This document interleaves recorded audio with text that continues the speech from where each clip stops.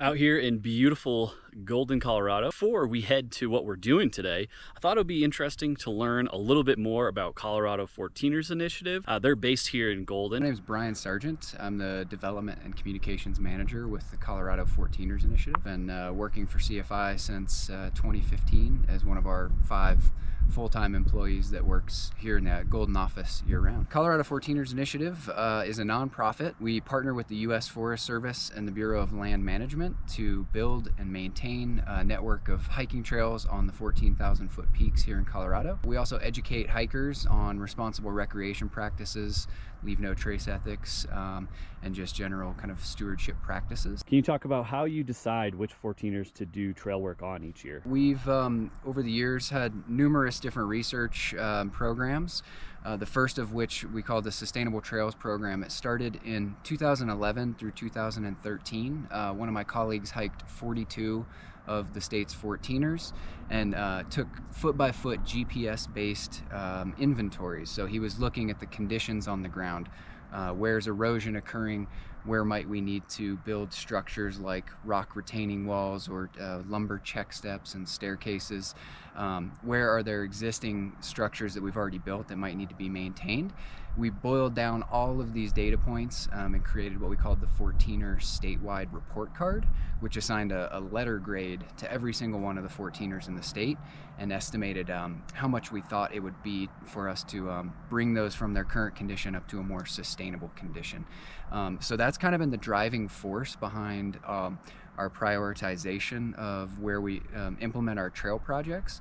But we also do numerous public surveys that we send out in the fall ahead of some large state grant applications that we put in that ask people, do you want us to bring some of these F-rated routes up to a C-, or should we be working on, just focusing on these high traffic front range peaks, or kind of spreading out our work on lower traffic routes that may be more favorable for super enthusiasts of 14ers but have really poor conditions, or focusing those on just some of those high use areas. Can you talk about the importance of volunteering? Volunteers provide, they're the core backbone of everything that we do, and they have been for the past 30 years that our organization's been around. We were founded as a partnership for preservation, so we oftentimes are partnering with other volunteer stewardship groups like Volunteers for Outdoor Colorado, Wildlands Restoration Volunteers.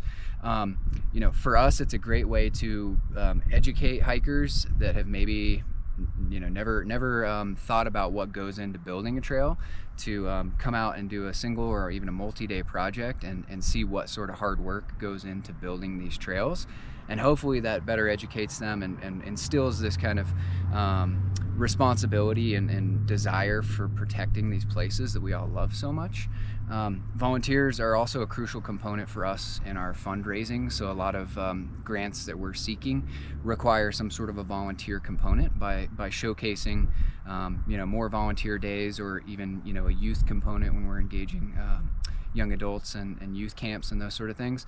Those present more favorably for us when we're submitting trail applications for funding. Today I'm going to show you day in the life of a trail volunteer on a 14er. So here with Colorado 14ers Initiative, and have an awesome group of subscribers, followers, just people who want to help out and give back to the trails. And we're going to be doing some trail work. To kind of give you a little bit up to speed, we split up into 2 groups.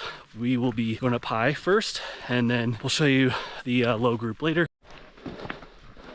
What does this help doing? So yeah, we're stopping the erosion and soil retention. And you mentioned that when you're peeing in the alpine, like going on a rock is preferable, so that the goats don't. On a durable surface rather than the alpine, because the goats like to dig it up and lick the salt. We try to prioritize areas like this where we still have tundra or like these alpine vegetation, and if we can build up to them, then they'll retain, and that will help retain the slope above. We kind of prioritize and really be very specific about where we're doing, where we're concentrating our work, because we could just do endless work on this mountain. Gist of what we're doing here is we're finding shoe shoebox at least sized rocks and taking them from the higher tundra above and bringing them down to the trail here. As you know, the guy stated at the beginning, the whole point of this is to prevent erosion. Basically what CFI does is pinpoint areas that are like higher risk of becoming problems in the future.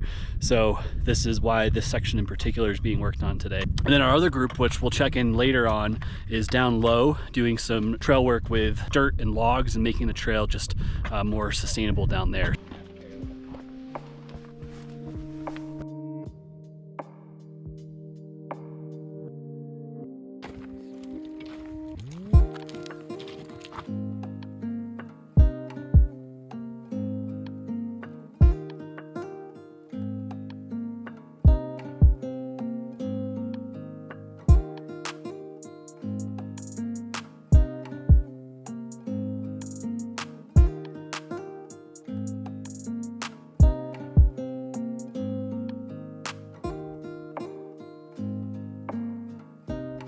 Right about lunchtime, I'm gonna swap from going up high to going down low, kind of show you what we've accomplished today. And really the goal of a lot of it is obviously everything we've touched on with, you know, the erosion issues and keeping it good for future hikers, but also to make it kind of look as natural as possible.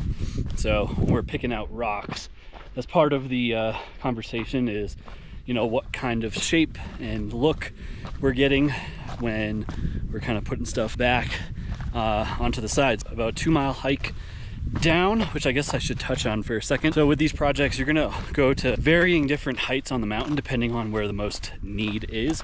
In our case today, we hiked about 2 miles up Quandary, and then yeah, obviously gonna hike down to the lower group. If you're looking to volunteer on a 14ers Initiative project, I'll have information on how to do that in the description below. I guess one of the things I haven't talked about in this video at all is why.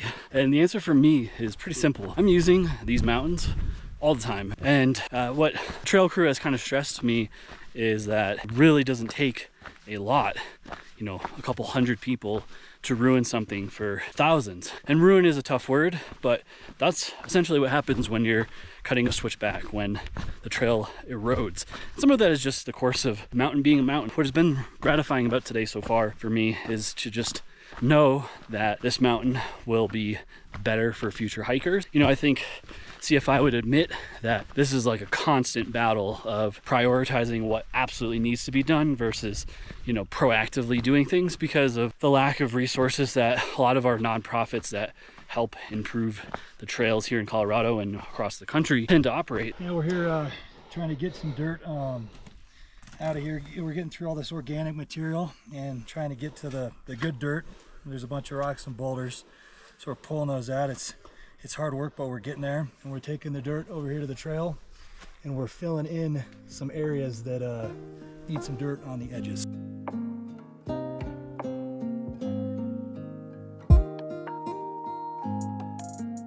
We have Will in the hole here, so this is like a massive example of like the work that CFI does. Part of Leave No Trace obviously is leaving no trace, so once they're done, we'll fill this back in and you won't even notice that it's here.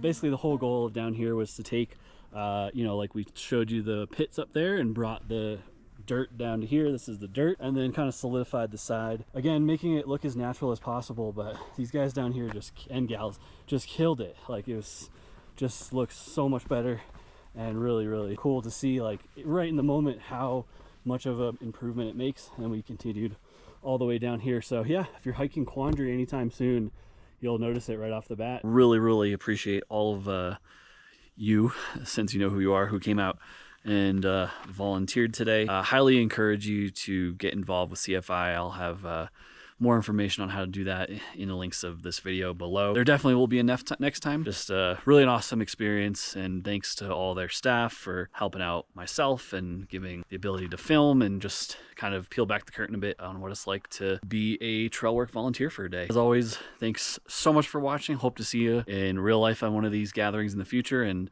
we'll see you on the next adventure.